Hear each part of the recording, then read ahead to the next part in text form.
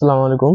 আশা করি সবাই ভালো আছেন। তো আজকে আমি এখানে আসছি আসলে হরিশঙ্করপুর যে ব্রিজটা আছে, তো এটাকে এক্সপ্লোর করবো আজকে।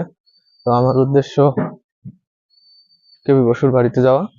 তো এই ব্রিজটার উপরে যেটা নবগঙ্গা নদীর উপরে নির্মিত, তো এটা আসলে সবসময় নিরিবিলি থাকে ম্যাক্সিমাম টাইমে। তো আজকে আমি এখানটাতে যাওয়ার ট্রাই করব। আসলে এই পাশে দেখতে পাচ্ছেন মোটামুটি এখন শীতকালের সময় হলেও মোটামুটি অনেকটাই পানি আছে এখানে, এবং এই পাশটাও একই অবস্থা, মোটামুটি অনেকটা পানি আছে এখনো। এখানে বিভিন্ন প্রকারের মাছ পাওয়া যায় যতটুকু আমি জানি। আর এখানে দেখতে পাচ্ছেন গ্রামে মোটামুটি ধান নেড়ে দেওয়া আছে শুকানোর জন্য। তো আমার সাথে থাকুন, দেখতে থাকুন। আসসালামু আলাইকুম। আসসালামু আলাইকুম। আমি এখন নবগঙ্গা নদীর একদম সামনে দাঁড়ানো। তো এই পাশে অনেকেই দেখছেন মাছ মারছে, এবং বিভিন্ন প্রকারের মাছ মারার যন্ত্র এখানে পেতে গেছে মাছ ধরার জন্য। তো উপরের জায়গা যেটা আছে সেইখানে উপর দিয়ে কিছুটা চাষাবাদের জায়গা আছে, সেখানে অনেকে চাষাবাদও করছে, কিছুটা ফসল ফলছে এখানে। এবং এই পাশে দেখতে পাচ্ছেন হাঁসের একটা অভয়ারণ্য তৈরি হয়েছে এখানে।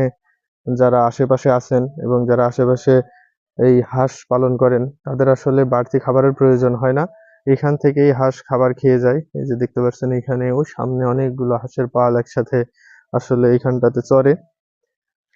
তো আমি যদি এই পাশে একটু দেখাই, শীতের সময় অনেক মাছ পাওয়া যায় মোটামুটি, কারণ এখানে পানি অনেকটা কমে গেছে। আগের মতো সেই নবগঙ্গা নদীর যৌবনটা নাই, বৃদ্ধ বয়সে উপনীত হয়েছে। তো ওই যে সামনে দেখতে পাচ্ছেন বাচ্চারাও মাছ ধরছে এখানে, এবং পানি অনেকটাই কম।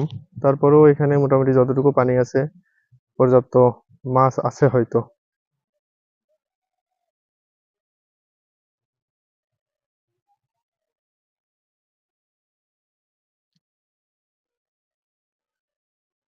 ছোট, এখানে মাছ পাওয়া যায়?